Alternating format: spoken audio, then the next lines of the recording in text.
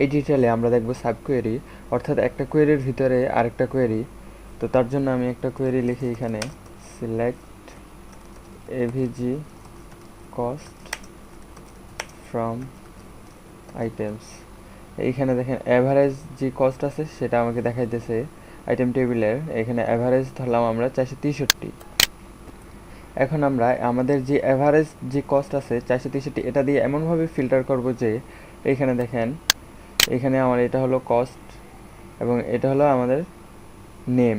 তো এখন আমরা দেখতে চাই যে আমাদের এই নেমগুলা যেটার কস্ট হবে 463 এর চাইতে বেশি, অ্যাভারেজ যে কস্ট আছে তার চাইতে বেশি আমাদের এইখানে যে প্রোডাক্টগুলো আছে সেগুলো আমরা দেখতে চাই যার প্রাইস হলো 463 এর চাইতে বেশি। তো তার জন্য আমরা এটা এভাবে লিখতে পারি, select name cost from items where cost, এখানে আমাদের কস্টের অ্যাভারেজ প্রাইস ছিল 463 এবং এটাকে অর্ডার বাই করতে পারি, অর্ডার বাই কস্ট ডিসেন্ডিং।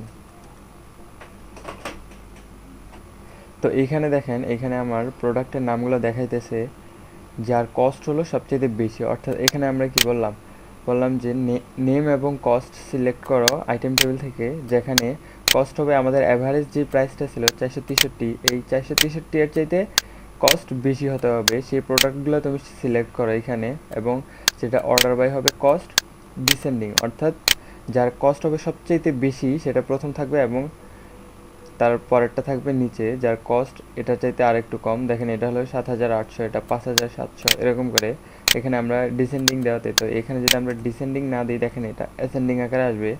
দেখেন এই যে 7,800, এটা এখন নিচে আছে। তো এইখানে দেখেন এটা কিন্তু আমরা স্ট্যাটিক বসায় দিছি যে আমাদের অ্যাভারেজ প্রাইস আমরা দেখছিলাম যে 463, তো সেই জন্য এখানে আমরা এটা স্ট্যাটিকভাবে বসাইছি। তো এখন আমাদের অ্যাভারেজ প্রাইস আরও বাড়তে পারে বা আরও কমতে পারে, তো তার জন্য এখানে তো আর আমরা স্ট্যাটিকভাবে বসাতে পারবো না। তো তার জন্য এটাকে ডাইনামিক করার জন্য আমরা আরেকটা এটার ভিতরে একটা কোয়েরি ইউজ করব।